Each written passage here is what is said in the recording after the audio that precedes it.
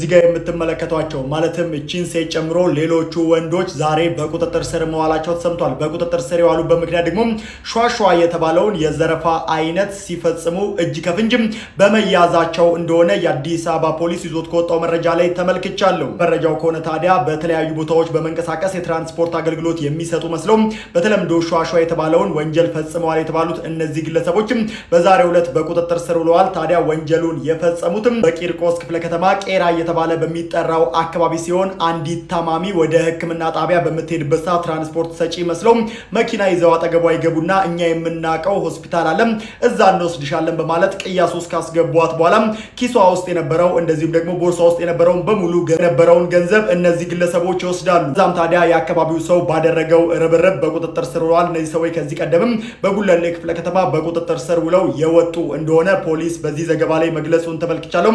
ከእንደዚህ አይነት የሿሿ ተግባሮች ታዲያ ራሳችሁ እንድትጠብቁም ፖሊስ ምክረ ሀሳቡን ሰጥቷል።